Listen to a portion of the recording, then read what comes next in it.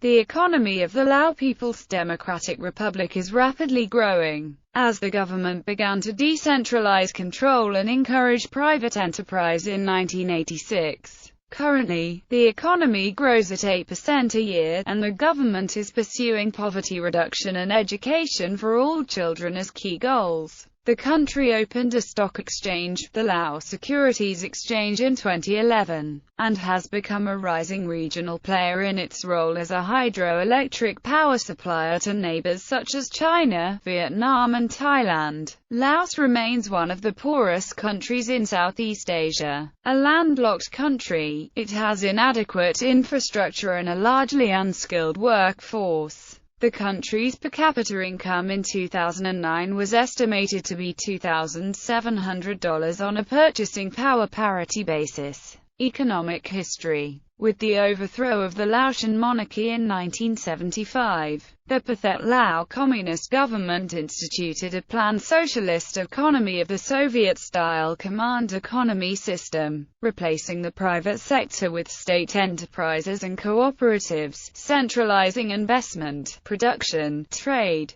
and pricing, and creating barriers to internal and foreign trade. Within a few years, the PDR Lao government realized these types of economic policies were preventing, rather than stimulating, growth and development. No substantive reform was introduced, however, until 1986 when the government announced its new economic mechanism. Initially timid, the NEM was expanded to include a range of reforms designed to create conditions conducive to private sector activity. Prices set by market forces replaced government-determined prices. Farmers were permitted to own land and sell crops on the open market. State firms were granted increased decision-making authority and lost most of their subsidies and pricing advantages. The government set the exchange rate close to real market levels, lifted trade barriers, replaced import barriers with tariffs, and gave private sector firms direct access to imports and credit.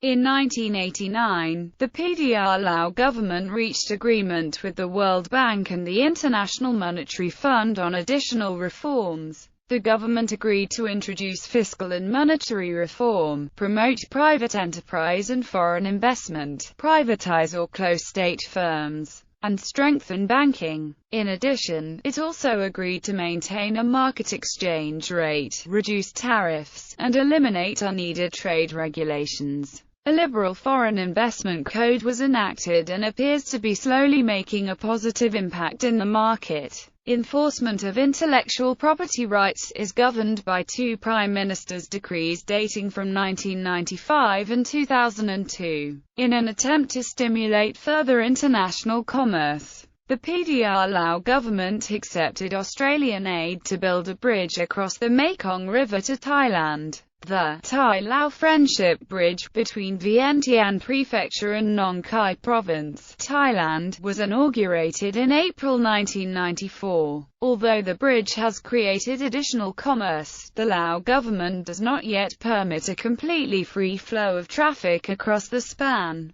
These reforms led to economic growth and an increased availability of goods. However, the 1997 Asian financial crisis, coupled with the Lao government's own mismanagement of the economy, resulted in spiraling inflation and a steep depreciation of the kip, which lost 87% of its value from June 1997 to June 1999. Tighter monetary policies brought about greater macroeconomic stability in FY 2000, and monthly inflation, which had averaged about 10% during the first half of FY 1999, dropped to an average 1% over the same period in FY 2000. In FY 1999, foreign grants and loans accounted for more than 20% of GDP and more than 75% of public investment. The economy continues to be dominated by an unproductive agricultural sector operating largely outside the money economy and in which the public sector continues to play a dominant role. Still, a number of private enterprises have been founded and some are quite successful in industries such as handicrafts, beer, coffee and tourism. With United Nations, Japanese, and German support, a formerly state-controlled Chamber of Commerce aims to promote private business.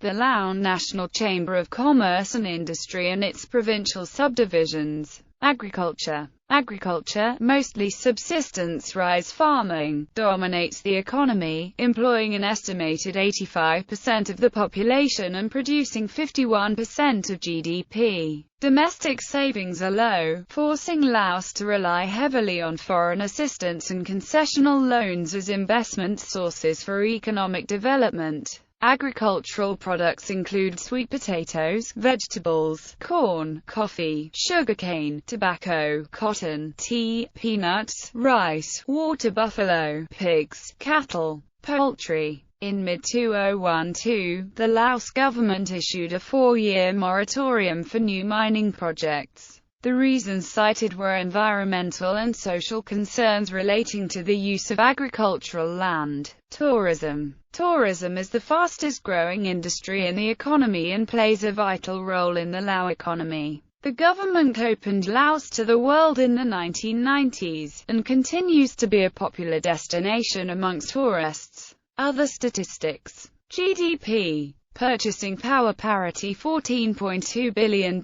exchange rate, KIPS per US dollar 8,556.56, 8,760.69, 9,658, 10,235, 10,820. Oil production, 0 barrels, D oil, consumption, 3,000 barrels, D oil, exports, 0 barrels, D oil, imports, 3,080 barrels, D. Of the total foreign investment in Laos in 2012, the mining industry got 27%, followed by electricity generation which has 25% share.